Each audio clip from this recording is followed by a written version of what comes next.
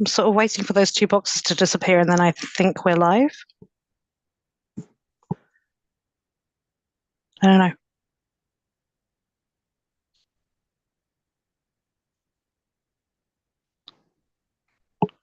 Okay, we're live apparently. Hooray! Thank you so much for joining us for another exciting ransomware roundup. We used a much more professional word, even though I prefer Rumble. But there's so little fighting that happens in them, so I guess it's not really right. I'm the same person I was last time if you were here, but I'm Jen Ellis. I'm a co-chair of the Ransomware Task Force. I co-led the group that worked on the preparation and resilience effort. And some of the people who are joining me today were part of that group and were awesome, and I appreciate it. But all the others are awesome too. They just weren't part of that working group. They were probably part of a different working group. I'm going to have them introduce themselves, and we're going to talk about a little bit of stuff that we've seen recently, but we want this to be as interactive and informal a session as possible. So please do drop questions, comments, observations, adoration for the group into the chat, and I will try and make sure that I'm watching it and fielding it and passing it into the group conversation. Okay, so with that, I'm going to hand off, and I'm just going to ask Silas, since you're top left on my screen, can you introduce yourself real quick, please? Sure. Hi, I'm Silas Cutler. I'm Principal Reverse Engineer at Stairwell, also Senior Cyber Threat Advisor here at the Institute of Security and Technology. And I also run a internet scanning project named Only Scans. Thank you. Allan? My name's Allan Liska. I'm a ransomware researcher at Recorded Future, and I want to say I have a karaoke app loaded on my phone with Kenny Rogers songs, and if we don't get questions from the audience, I'm going to break out into my rendition of The Gambler, and then I'm going to make Mark do an Islands in the Stream duet with me. So please come at us with your questions. I feel like that's everything I've ever dreamt of. Hold your questions, people. Hold your questions. Jason. Hi, I'm Jason Kikta. I'm the CISO at Automox and also a senior technical advisor adjunct at IST. Brilliant, thank you. I'm sorry, I just realized that in this scenario, Mark is Dolly Parton. Okay, so Mark, other than being Dolly Parton, who are you? It's a hell of a way to start a Monday. I'm Marc Rogers. I'm an adjunct advisor to IST. I'm the CTO of Neighborhood.ai, which is an AI startup, and because everyone has to have one. And I'm also the head of security at DevCon. Perfect. Thank you guys for joining us. Okay, so that's us. So I'm going to start with a question that I was asked, which is, who watched 60 Seconds last night? I'm going to give you a hint based on my accent. It wasn't me. So I want to know what I missed, because apparently they talked about ransomware. What happened? 60 minutes, not 60 seconds, right? Be a very short program otherwise. Be about suited to my attention span. What happened in 60 minutes? So, I mean, it was really a really good segment, something that you don't see a lot of in kind of mainstream news, kind of an in-depth analysis of what's been going on with ransomware, in particular with the Lockbit takedown, the AlphaD takedown, and everything else that's been happening. John DiMaggio, a friend of mine, was one of the analysts that they talked to, but they also had Rob Joyce and some other really great people in the industry to really provide an overview of how bad ransomware has gotten. And I thought it was a really good segment. Definitely check it out if you have a chance. You can find the whole segment online. And then there's some additional reporting that didn't make it into the segment that's also available. I'll note also, one of the things that I really liked them talking about with it is they talked about a subpart of the trend that we're seeing with ransomware with a group called the COM.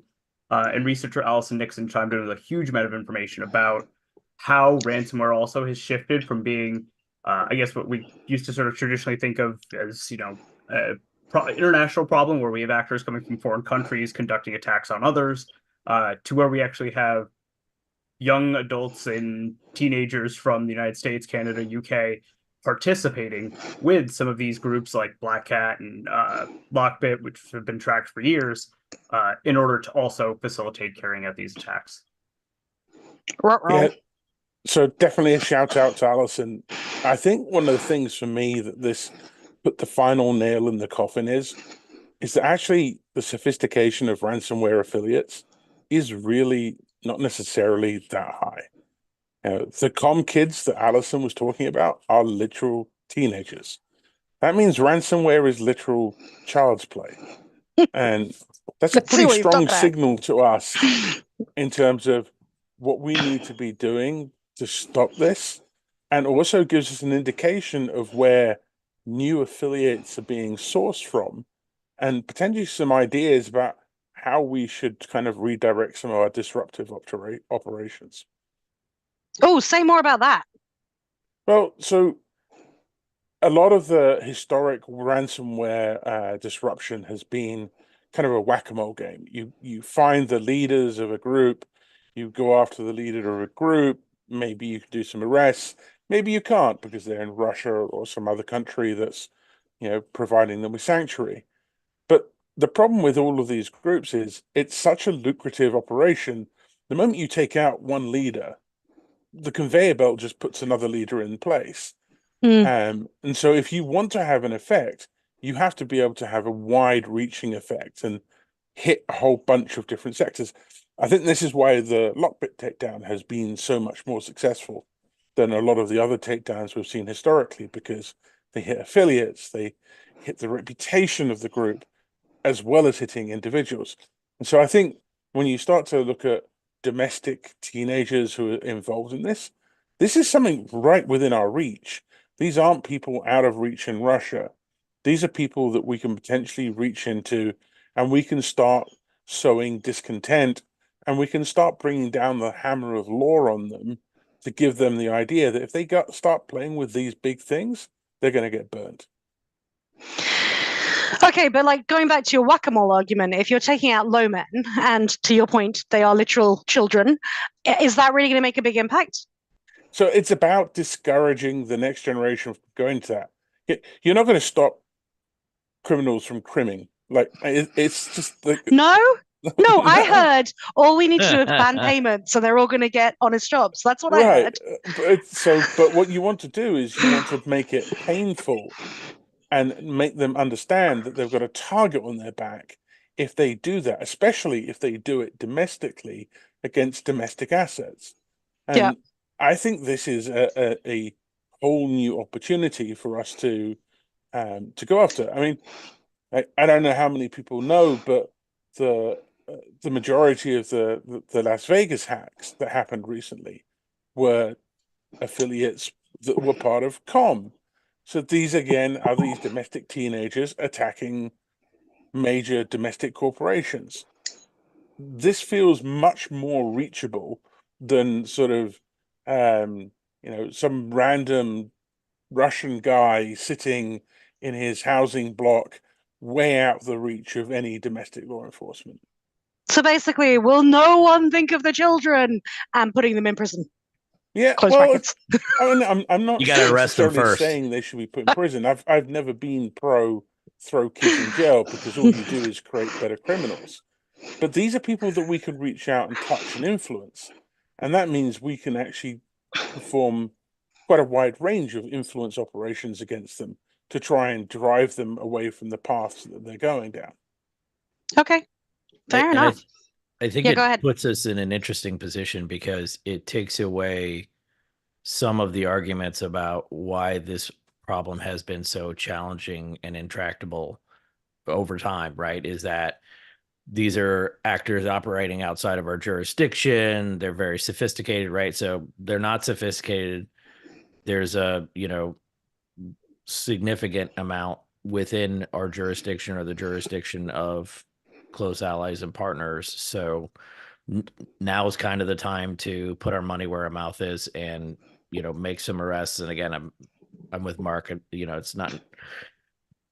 I'm not excited about necessarily throwing them in jail for a long time and turning them into hardened and even more skilled criminals, but something needs to be done as far as consequences and at least, letting them know that they're caught. Because, as the father of 3 teenage boys, like there is nothing on this world that can compete with the mentality of a young man who's convinced that he's invincible, right? Teenagers think they're invincible, so they need to have that invincibility. They have no concept of consequences, right? Right. Yeah. And they think they're going to live forever. They think they can eat anything they want forever. They can exercise, not exercise, like drive however they want, right? It's that mentality is dangerous. And now you put a little bit of internet skill and a whole lot of cash behind them, and you have a recipe for disaster. So, this is possibly time and history will tell, but this is possibly an inflection point where we were either able to start making some traction against it and prove out what our actual challenges have been, or where we let an opportunity go by. It's also possibly going to prove out that our challenges aren't what we thought our challenges were. Maybe the challenges aren't sophistication. I don't think they are. And maybe the challenges are not so much that they're outside our jurisdiction. I think it's a problem, but I don't think jurisdiction is as big a problem as people have made it out to be. So, this is an important event, and I'm glad that we're recognizing it. Can you say a bit more? Go ahead. I was gonna say, but I do think it does create a different set of defensive challenges, though, and we can't overlook that. One of the things that when we talk about Scattered Spider and COM, because they are primarily English speaking, or if not their first language is their second language, that's opened up the attack surface to more and more effective social engineering attacks, where that's how we talk about how they got into Caesars and into MGM, is being able to call the help desk and pretend to be somebody who works there that needs that needs reset. When you're talking about threat actors who don't speak English as a primary or secondary language, that's a much more difficult attack to carry off. So yes, they're children. Yes, a lot of them are working from scripts, but it also allows them to carry out different kinds of attacks than what we've seen from ransomware in the past. And that is something that you have to worry about while you're still working on improving those defenses. And I will say, as far as takedowns go, the most effective takedown that we saw last year was the Quackbot takedown, because that actually disrupted and slowed down ransomware attacks for a few months, because that initial access is so important to the ransomware actors. The ransomware actors don't get their own initial access. They buy it from other people who have gotten it. And so those kind of takedowns that are earlier in the chain do have a disruptive effect for a longer period of time than necessarily taking down just a ransomware group. So that's also something we need to consider going forward. I know those are two very disjointed thoughts, but they both popped up as the conversations we're having. I think it's a really important point to bring up, Allan, because the initial access brokers, the initial access tooling and networks that are out there are often overlooked, and they're minimized. And when I think about it, I think back to I was at an event last year, and a former colleague of mine from Cyber Command was talking to a bunch of government people, academics, industry, and the person said, industry, you're all motivated by profit, whereas of course, we in the government were motivated by national security, which I did not appreciate that comment, but I think it plays out like what government's really motivated by is polling and perceptions, and there is a perception that the ransomware actors who make the biggest splash, who are most ingrained in the news cycles, who are hitting the largest, most moneyed, most critical things, are where they should put their focus. And so there is not a lot of effort on the government side to focus on things like Quackbot, right? It's going after the actor behind Colonial Pipeline, or these big splashy things that have obvious national security implications. And they're missing the forest for the trees, because they're very focused on those trees, but the forest is all of these initial access tools that feed, frankly, a wide variety of criminality in cyberspace, from BEC type fraud and romance scams and pig butchering to ransomware, and so data extortion, all of that. So knocking that back has significant effects not only on the ransomware ecosystem but on cybercrime as a whole. So But Jason, you get such a nice press release out of saying you arrested the people behind Colonial. Yeah, well, that's the thing, is that it's being a former government person myself.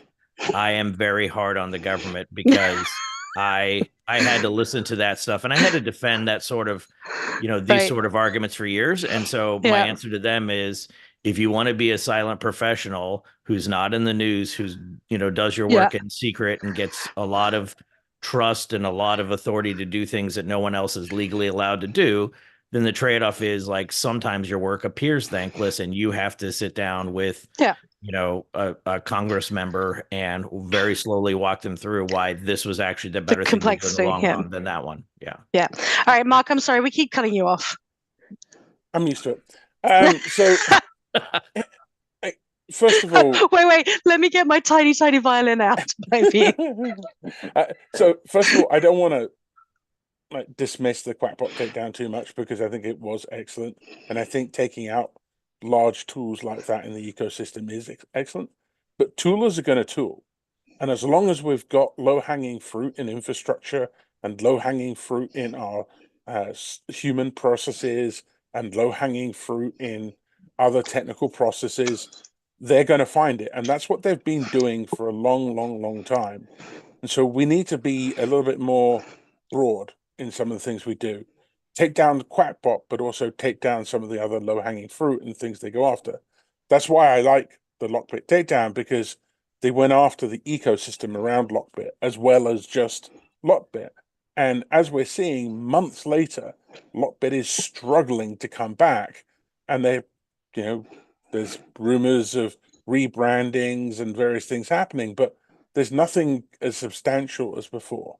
So I think the ecosystem, and hitting the ecosystem, hit the source of the vulnerabilities that they use their tooling on, hit the people who are developing those kinds of tools, hit the economy around all of that side of things, the Stealer economy, the persistent access tooling economy. That's the way to go. And I know some of our European colleagues have been very heavily focused on this recently, and that's led to some of these great takedowns, and it shows a good evolution. The other point that I was trying to make way back when is, like, here's a wild idea.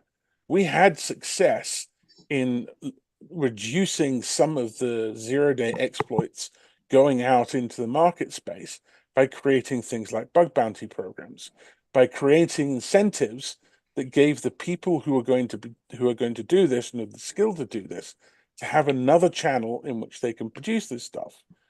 We know some of these actors are domestic, and the COM is, largely English speaking, but they're also in places like Brazil and other parts of South America. They are in a position where if someone came along and started offering them really nice, shiny opportunities to go down safer pathways, sure, you're not going to get all of them, because there's always going to be the group that wants to drive away a Lambo for doing virtually nothing. But there are others that I think you can start kind of nibbling away at, and you can start giving people an alternative pathway. And that will damage the conveyor belt that brings new ones in when you start taking the top ones out. Right. So Julian actually in the question in the Q&A box had zeroed in on that, and was already talking about, can we hire these people and bring them to the light side. So I think he's pretty aligned with you on that one. Looking at some of the other questions and comments in here. So we have a number of friends who are listening in and sending us in questions, and they're actually remarkably non-trolly considering things. But Ewan's asked about groups that are sort of protected in countries like Russia. What can be done? What is being done to deter these organizations? And the RTF talk about this a lot. We've sort of looked at this problem recently, and it's interesting because I feel like you guys might have slightly differing opinions on this. Jason, you were saying you think that some of the dialogue on not being able to arrest them might be a bit overblown, and I want to kind of get into that more. But I'll just say, like, from an RTF sort of from the co-chair's perspective, as we've talked about this recently, looking at the context that we're currently in, obviously with both the situation with the conflict, but also the existing diplomatic action that's been taken, things like sanctions. We have a bit of a feeling that right now we're probably not going to make progress in this, certainly in Russia, anytime in the near future, because there aren't really more levers to pull or push, depending on how you think about that. And so we probably have kind of reached the end of the runway on that particular country. It doesn't mean that other countries we couldn't make more progress. But Jason, you seemed as if you sort of thought maybe there was more hope there. Well, so I think there is hope. And I think that, when we think about disruption, first of all, when I think about disruption, I take a step back.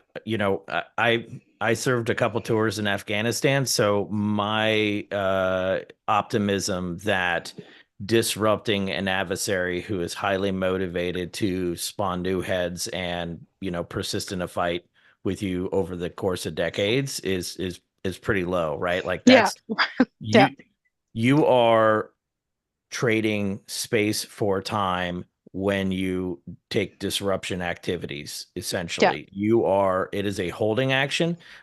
You can shape actor behavior. You can deter those who are on the fence, but you're certainly not going to stop it, and you're going to have trouble, even knocking down some of the most damaging of it. But if the strategy is broader and longer term, then you can start to do some things with your disruption to help set conditions for those eventual goals, right? So if we are looking at people in economically depressed areas, or even here within the United States where they have a lot of job opportunities, but perhaps they don't know how to match up to them. They don't know how to market their skills, right? Like there is a lot of potential there to help shape them into a life that is, better than crime, better for society than them doing crime. Maybe not better for them financially, but there is a level that you'll be able to siphon off there. Same with, it's similar to how I think about Russia of, are we going to get the Russian government to do significant amounts of arrests in the near future? Probably not. But they are trapped in Russia, a country under a significant number of sanctions, and where, the quality of life is declining over time. So that's probably sufficient for our purposes for the near term. So that's what we need to focus on is, you're always going to have some mix of actors that are very close in reach, some actors that are moderately within reach, and some actors that are completely out of your reach. So how do you shape your strategy to deal with those three levels where you marginalize the ones that are out of your reach, help set conditions for the ones that are in moderate reach, and then, change conditions for those that are domestic? There's one other lever that's outside of that, which I think can still be played. Almost all of these groups, their infrastructure is outside of Russia, because in order for them to function, they need to be in places where they can access the companies where the assets that they want to go after are. And going after that infrastructure opens up a bunch of other levers, which I think can apply pressure to the groups like Russia. So hold on, I wanna get into that more. Yeah, so so the tentacles of these groups extend beyond the borders of Russia, but for a lot of some of the core operating centers of their operations, those do tend to still remain in Russia. However, though, that's not things like control panels and where they're interfacing with infected systems. Like you're 100% spot on. Those sit internationally or here in U.S. domestic hosting places. So it really is. This is a delicate lever because on one hand, if you're going after trying to disrupt the communication channel of a ransomware group, their Jabber server may be run out of Vlad's basement, whereas their Cobalt Strike server, that's going to be on GCP. Financial infrastructure? Oh, that's Right. true. Like once you get into their main infrastructure, you have the opportunity to do things like go after wallets, just like they did with the Lockbit takedown. And if you hit their infrastructure and you're able to seize wallets or at least just jam up their access to wallets, you're going to hurt them far more than some pseudo arrest that might happen in Russia. So then let me ask as a follow-on question, where does the responsibility lie? Is it with law enforcement, and I'll say law enforcement plus plus, meaning entities operating on behalf of law enforcement, other parts of government that are working with law enforcement, or is it with infrastructure owners? I think it's all of the above. Both. Infrastructure owners, it's a little bit more challenging, but ultimately, I think it's a collaboration across that enables you to do it. You look at all the successful takedowns.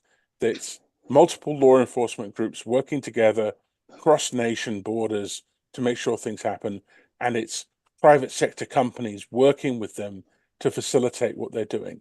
That's the recipe. It's worked. It worked really well with Lockbit, and I'd like to see it really work well with the next lot. And let's keep building on this trend.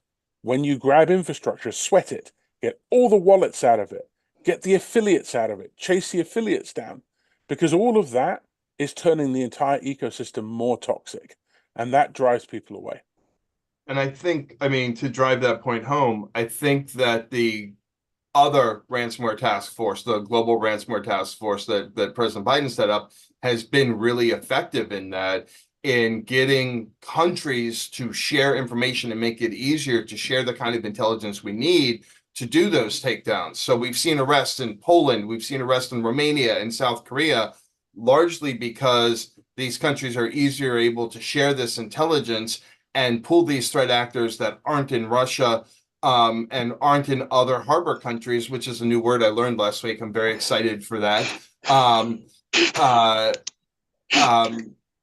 Has been able to pull them, and we've been able to arrest those people. So we are raising the stakes. If you aren't in a harbor country and trying to carry out ransomware attacks, there's a much better chance that you're going to get arrested because there is all this intelligence sharing that's going on. And I think that has really increased the effectiveness of these takedowns. And as you know, to echo Mark's point, I love it when we see these takedown screens and there's like 20 law enforcement agencies that are listed there. And in fact, with the Lockbit takedown, one of the things that NCA really emphasized is here's what the team in Japan's doing. Here's what the team in Germany's doing. Here's what the team in the US is doing. And so it's showing that it's not just, we're not just throwing the symbols up there for the hell of it. There's actually different parts of this global ransomware task force working on different aspects of this.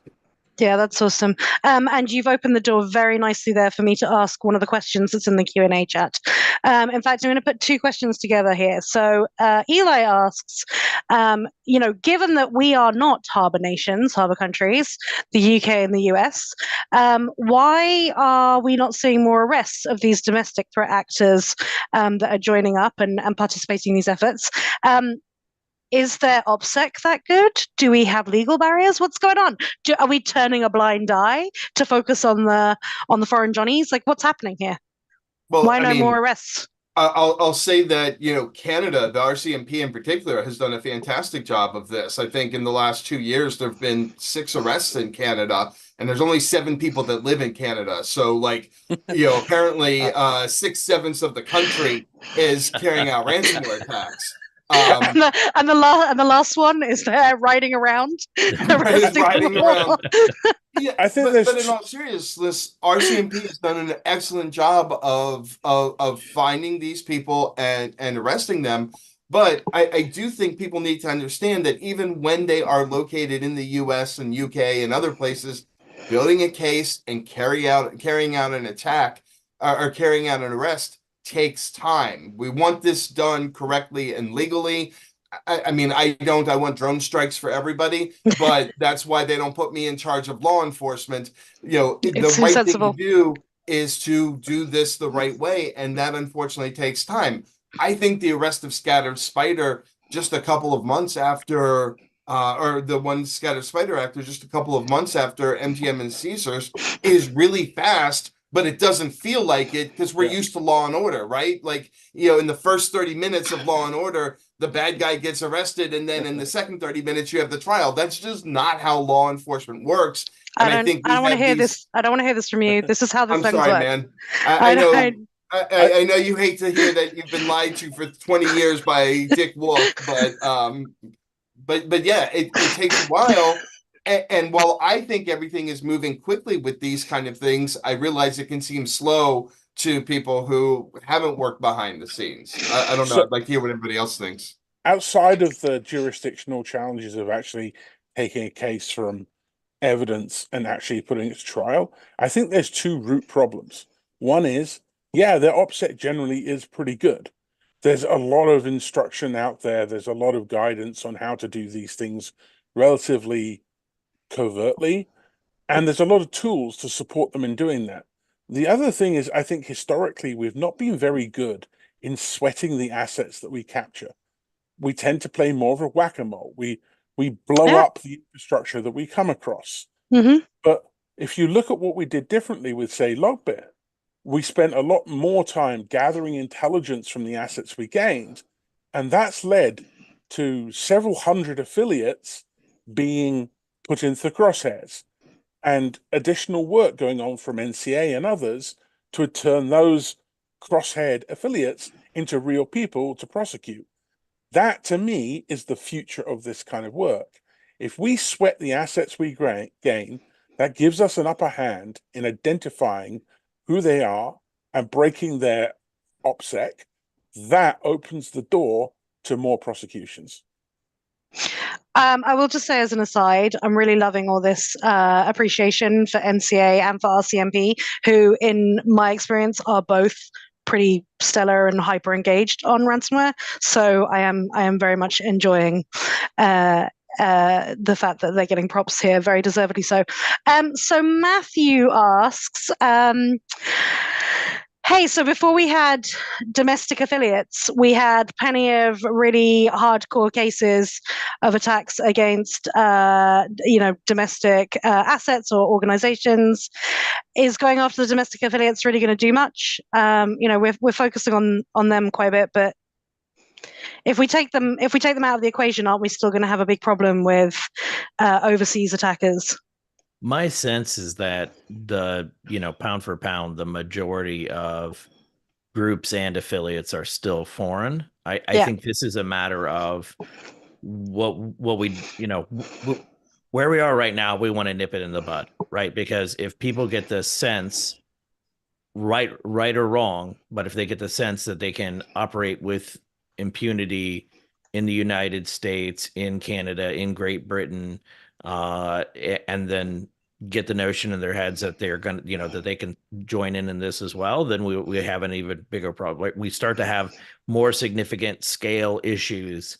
So, taking action right away is probably our best bet here. But to be clear, I don't think any of us is under the illusion that if we rolled up everyone who's ever dabbled in it in friendly Western nations, that we would by any stretch solve the problem. No, I think, though, there's a really important thing that does happen, though, and especially with more arrests at the lower level, I think that's going to have a bigger impact to essentially the peers in that space. So, like Noah Michael Urban, who is released or is arrested from like Scattered Spider, like he is a face and a name, and he is at the same level as many other affiliates. Whereas when you slap like sanctions on Conti or someone like Stern gets called out, who one of the high-ranking members of that group, like that's your manager getting sanctioned. That's not you getting sanctioned. And you, like, for as a standard ransomware operator, like it still comes off like U.S. government and all the governments are going after the top of the groups, but us as affiliates, like if Lockbit gets burned down, we'll just ship somewhere else. But I think bringing the heat directly to those hands-on keyboard operators every day is where we're going to start to see some more impact. I do think it's hilarious, though, that we say the opposite sometimes, but in different circumstances. So we go, oh, the SEC going after a CISO means nobody else is ever going to want to be a CISO or work in security.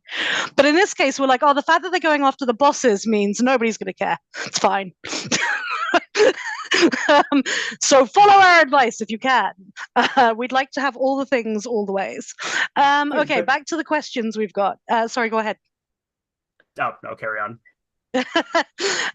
So Eli says, how effective do you think the OFAC sanctions have been as a deterrent to working with certain affiliates and creating friction for operations and getting paid?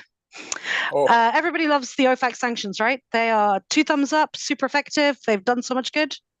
So I like OFAC and I like the sanctions. I have a problem with the way that they're executed. Okay. There's very little work done to evaluate the impact either on the ecosystem or the target who's been sanctioned to see the effectiveness of the sanction. Of the sanction. To me, it's almost like throwing a grenade over a hole, over a wall, and then hoping that when it explodes, it's going to do enough damage. Like, we could make sanctions way more effective by going, okay, we're going to sanction these people who are this part of this ecosystem. Let's see what the knock-on effects are. Where does the money run to if we hit this exchange? Where do where does the OPSEC change? Where do people hide out? And that would allow for a much more effective sort of 1-2 type of sanction, where you could hit a group that you know is central to something, wait a little bit, and then hit where they scurry to. And I think at that point, you're really going to start feeling sanctions. Right. So what you're saying is it's okay to play whack-a-mole, you just got to get faster at it. No, I'm saying you have to get more accurate at it. Like, we have the opportunity, like, if you know that the molds are going to stick their head up over here, if you push there, predictive whack-a-mole. Do both. Well, targeted whack-a-mole. Why not drop a stick of dynamite in each of the holes? So, I mean, I think whack-a-mole is targeted by its inherent nature, but what you're talking about is predictive synchronized whack-a-mole. Yes. Well, hold on. I said it better than I could. I want to key out something Mark had said, though, about, like, when we do these sanctions, like, there needs to be metrics that we start to track around them in order to measure and evaluate the effectiveness of it. And I think that consistently is something that's being missed in a lot of the ransomware strategy things, is that there aren't metrics that we're using besides just the number of ransomware incidents, the number of ransomware incidents that were reported.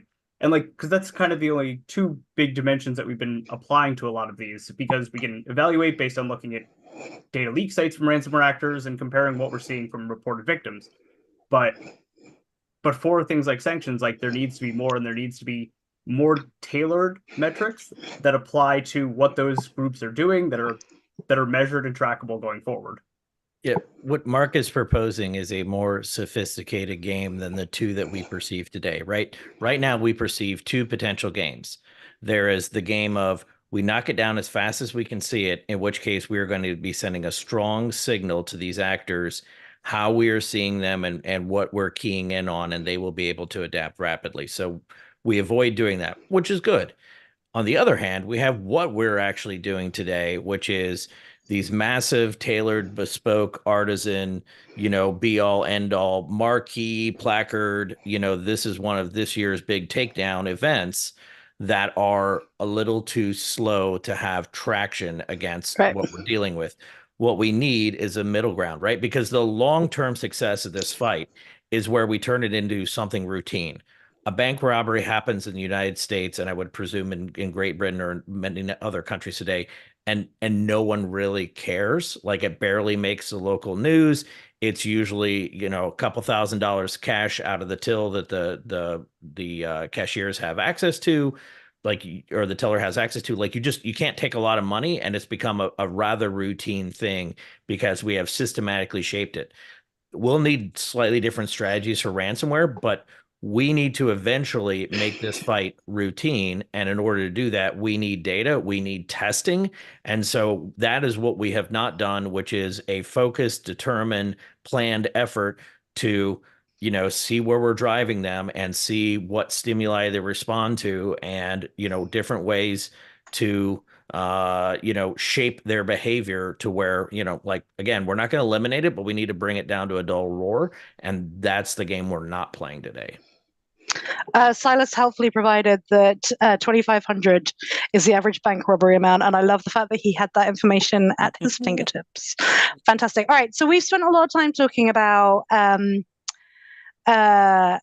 the responses piece, the sort of disruption, law enforcement, what government can and can't do or is not doing, although I think fairly focused on your particular area of interest, so there's a lot around there around the sort of disruptive campaigns and the threat intel. Let's talk a little bit about what's happening on the attacker side. I should ask you about evolving TTPs. What are we seeing that's new or interesting or different? Of course, I have to ask you, I'm contractually obliged in every conversation to say, what's happening with AI? You seeing any AI? I want Silas to comment on using AI to make more effective whack-a-mole. Yeah, right. I'm not Dear at a point where ChatGPT. I can Please throw do. an AI anecdote in. We have officially seen, if not the first, one of the first attacks where an attacker who didn't have the necessary boxcraft to do what they needed to do used an LLM to write out the scripts in order to carry out the execution. Yeah, I mean, I feel like this just takes us back to what you were saying earlier, right? Like, we're talking about literal child's play at this point.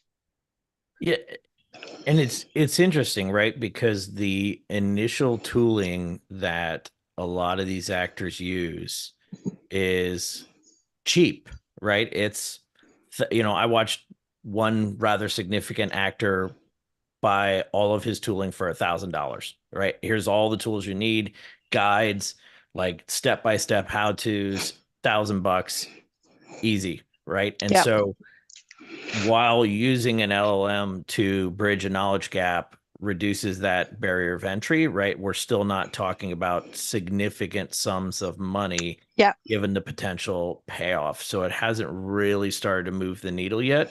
And I think that probably the more interesting trend to watch won't be, is AI lowering the barrier of entry, or is AI enabled EDR, XDR, whatever DR, making it harder for them?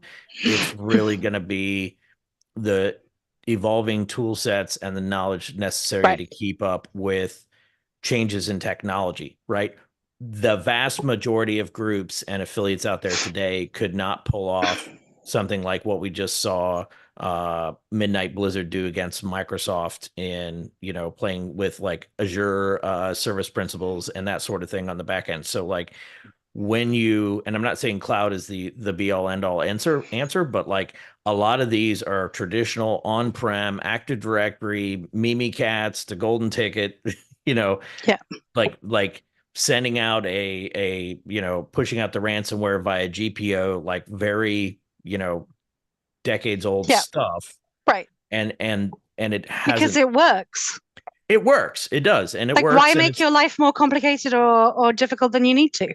Right. And it's going to work for the foreseeable future. But, like that I think is another area where, not enough exploration has been done of like, are there ways to make the knowledge jump harder where they won't, and maybe not, right? Like on the flip side of it, if somebody just scripts all that out, then, again, anyone can do it. I mean, that's precisely Jason, where I see. I agree with everything you said. I'm just going to be the angry man shouting and shaking his fist at the cloud. Same, big same. So I was going to say the GPO pushing of malware and things like that, those are where AI is helping. And it's the places that people don't see AI, and there's not a signature at the top of a script that says written by OpenAI, like shouts to all my friends. Like learning quickly how to adapt, because the truth is like I went to school to be a sysadmin. Like I could build a Windows Active Directory Server 2003 like domain in my sleep, like DC promo, and we're good to go. But pushing out a file with GPO, like group policy and things like that, like I still would need to go back and look that up. But being able to throw that into an LLM, give me the steps quickly to push this executable, that's where it's starting to make a difference. And it's not just taking the information, but instead of 5 years ago going to Stack Overflow, reading 4 posts that are out of date, now an LLM is summarizing it into a step-by-step guide and allowing for it to be quickly implemented and used. So I do love that it basically just comes down to curated search. Like, yes. that's what it is, right? Yay, we've nailed curated search. Well, I mean, and we're considering this from the angle of how this is going to affect us, but I think the contra example is what's really interesting here is this going to make it less economical to be a tool broker, right? Is it going to reduce the value of their tooling? And so is there an opportunity there to, do something to change? But again, most of these are, transitory states, right? When you're talking about, I have a need for tooling, in the end, they don't much care whether it's provided by an LLM or some broker that they meet in a dark market, and they got to spend $5,000 because the first 4 times it gets stolen before they actually get tools that work. It doesn't truly matter to them in the end because they're highly motivated because, hey, for a couple weeks work, I'm going to make $1 million or several million. I think it's just going to lead to evolution. At the end of the day, what AI is really good at is the fluffy middle stuff. Like if you ask AI to do like relatively inane things, like anything that you could probably find on Stack Overflow, it'll give you pretty good instructions, mostly. Might hallucinate a little bit, and your script might catch fire and explode, but it'll do that. But what it can't do yet is the pointy stuff. So the taking exploits and creating good weaponized exploitation scripts and creating really good persistence tooling, I don't think AI is there yet. Sure, it probably will get there, but for now, you need the brains of someone who lives inside of core dumps to come up with the really good weaponized pointy things. So James is asking off the back of what you two have just been talking about then. Jason, you mentioned the impact on tools brokers. Is it going to push the tools brokers to do better, to be better? Some. Or is the inability to do the pointy things gonna mean they can still cruise along as they are? I don't think so. I think at the end of the day, with what moves these tools forward is fundamentally creativity and the ability to find unique ways to bend systems in ways that they were not intended. AI is going to help in the process, much like an exoskeleton will help you lift big boulders faster, but it's not an advisor. It's not an advisor that you're going to trust to say, yes, this tool, if you build better persistence into your backdoor, you're going to need to get broader customer adoption.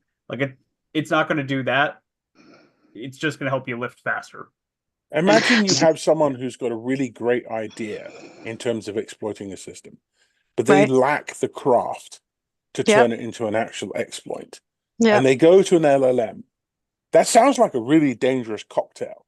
And that's what a lot of people have been talking about.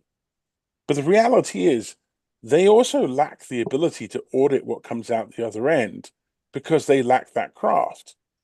So I think that's fundamentally going to hold a lot of that back. And I also have, as the least technical person on this call, I also have a little bit of suspicion over the idea that the people who lack the craft have the true technical knowledge to have the idea in a way that they can articulate it to the LLM so that the LLM can then create the craft. I feel like there's a disconnect in the dots there somehow for me. Okay, so what TTPs are we seeing? Matthew's pointed to Scattered Spider leaning in on social engineering, which Silas, you had mentioned earlier. Is this, phishing has been the #1 attack vector for a long time. Are we seeing other forms of social engineering coming to the fore? What are we seeing? So the speciality of the comm kids and stuff is not just the basic phishing type things. It's also direct human interaction. They will go to places like LinkedIn. What? And they will look for people who are advertising what their jobs are. So if you take their attacks against telcos, they will hunt down people who advertise on LinkedIn that they work in a call center. And then they'll go after them. They'll try and recruit them. They'll try and coerce them. They may even directly try and phish them. It's this highly targeted next gen direct interaction that makes Will they the stuff send that them they do weird really honey good. trap emails of tractors, pictures of tractors? It's a thing from the thing that's happening in Parliament at the moment, and I just particularly liked the fact that someone got a picture of a tractor. Anyway, No, but I've as I seen them would. send emails saying like, "I'll give you $20,000 if you just run these 3 things for me." Fair. Okay. What But else? we also, I do think though we need to step back because yes, there's a lot of groups out there that have advanced tactics, but most of the time they don't need them. The things that they've been doing now for a couple of years, using Mimikatz, using AdFind, using Cobalt Strike, they work in most of the networks. So while yes, we have to worry about kind of what the advanced actors are doing and what they're thinking about going forward, we haven't caught up. The defenders haven't caught up to even some of the basic tools that have worked for a few years now for these ransomware groups. So oftentimes when we get to this AI conversation, yes, it's important to understand, but also most of the time the ransomware actors don't need to do that because they can walk into the network, run Mimikatz, run Cobalt Strike, and then bam, they're good to go. They've gotten everything they need, and they get out without being detected until it's too late. Is it Yeah, fair to Uh, say that initial access has gotten dumber while Yes. persistence has gotten God. smarter? It's if we could wipe out all the tried and true, the stuff that we have been seeing for years and years and years and years, I would be a happy man because the percentage of that versus the actual advanced, sophisticated, new and novel is much higher. It is significant, overwhelming majority. I would also like to just go on the record as saying that as far as Mimikatz and Cobalt Strike go, other corruptible security tools are available. So I'll note that. I'll note one just thing, like Cobalt Strike Mimikatz, like I really actually don't mind in the slightest. And even though that they have become the lifeblood of and the go-to tool, I feel like I have the Dave Vitale brain slug reminding me that like Right. they are They were not reliable, developed for that. safe tools.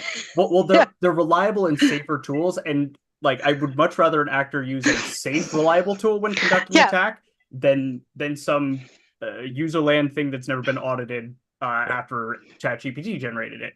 Because also at the end of the day, like if they launch ransomware attack and it fails to run midway through because their tool disconnects, that victim is done. Like there is no recovery. So there is an element of like hoping for the stability in those things, but it also is one of those things where all of the attacks as well, like wait till the next VPN appliance exploit comes out and we'll see it all again. So I mean, it's the whole ecosystem thing again. Why on earth should they spend tens or hundreds of thousands of dollars on developing sophisticated things if they can just go to a forum from the 90s and download some tools and run them? And also, even if they do go out and develop sophisticated techniques and tradecraft, it just becomes more something that paints a target on their back because they make themselves more interesting. Right. Like some ransomware groups, I consistently mix up between the two because their affiliates move back and forth all the time. And I think that the group themselves almost falls into this. It's they're not a Lockbit or an Alpha V, so yeah. Eli's question in the Q&A cracks me up. You want to go for it? No, I'm not touching that one. Even though it's probably right. I watched an event last year where an actor was laying down Cobalt Strike and using it to load Mimikatz on a domain controller, and they did it at least a half dozen times where they'd lay it down and get wiped out. They lay it down and get wiped out. They re-image the domain controller, and they just kept doing it over and over again with a slightly new variation until one of it lived for more than a day, and then off they went. Right? like that's the thing, is that you don't need the new and novel. That should have been a major wake-up call, but it wasn't, and that stuff works. And this is the challenge, right? Like this is what's happened in computing over the last couple of decades, is that if you look at the level of tradecraft that most state actors, high-end state actors need today, not the the sort of JV ones, or their contractors, but like your high end tier 1, tier 2 state actors have to chain together a lot of exploits to, they have to do a lot more work to get onto their target system. It has to be that system to steal that data in particular. I got to do it. That is much harder. Targeted access has become much harder in general. But opportunistic access has remained easy as it ever has, probably easier in many ways today, simply because there are so many frameworks. Like the kids today in security, the generation that's younger than all of us, right? Like they don't have to do things. There were a few times in my youth where I rode the line and maybe, no, surely was not. this legal? Maybe not, right? And I'm sure everyone else has similar experiences because that's how you learned back in the day. You don't need to do that anymore, right? Like the youngins will never know that stress or that drama because they have virtual machines. They can stand up their own lab on one computer. They can try all these things out. There's tooling, there's documentation, there's courses. This isn't like black arts of like, oh my God, I downloaded Satan is a system administrator's tool for something networks, right? Like when I downloaded that as a teenager, I took my computer offline and I didn't go back online for a week because I was like, oh my God, the FBI is going to kick down my door. I genuinely believe that in my heart of hearts. That is not life today. And so the thing is, not to just turn into I'm an old man rant, but like the thing is that, like that barrier isn't there. It's much easier to learn this craft and learn all these things. And so opportunistic access is easier than it ever has been. And like, you only have to be once out of however many tries you take it. So it doesn't matter if you're the initial access broker. It doesn't matter if you're the tool broker. It doesn't matter if you're the affiliate. It doesn't matter if you're the ransomware group, because you're playing a game of numbers, right? It's all in the statistics and you just need it to come up. You just need a 1%, 5%, 10% success rate and you're set. And that's the real challenge here that we as, a society have not really been able to grapple with. All right, that's a great note. No, we got to wrap up. Unfortunately, we are already over. Sorry, I'm so sorry. And if you have questions and we didn't get to them, what I would suggest is if you go into LinkedIn and you find the Institute for Security and Technologies page, and you find where they posted about this particular event. Post your question there. We'll make sure to come and look at the questions and we'll write responses to them. So if we didn't get to your question, please feel free to do that. It only remains for me to say thank you to our incredible panelists who are incredibly knowledgeable. We will have another ransomware roundup the next time we think we've got stuff to ramble about. And we hope you guys will all join us. Thank you so much to everybody who sat in and listened throughout the hour and who provided questions. Have a good day. Cheers. Thank you. Thanks.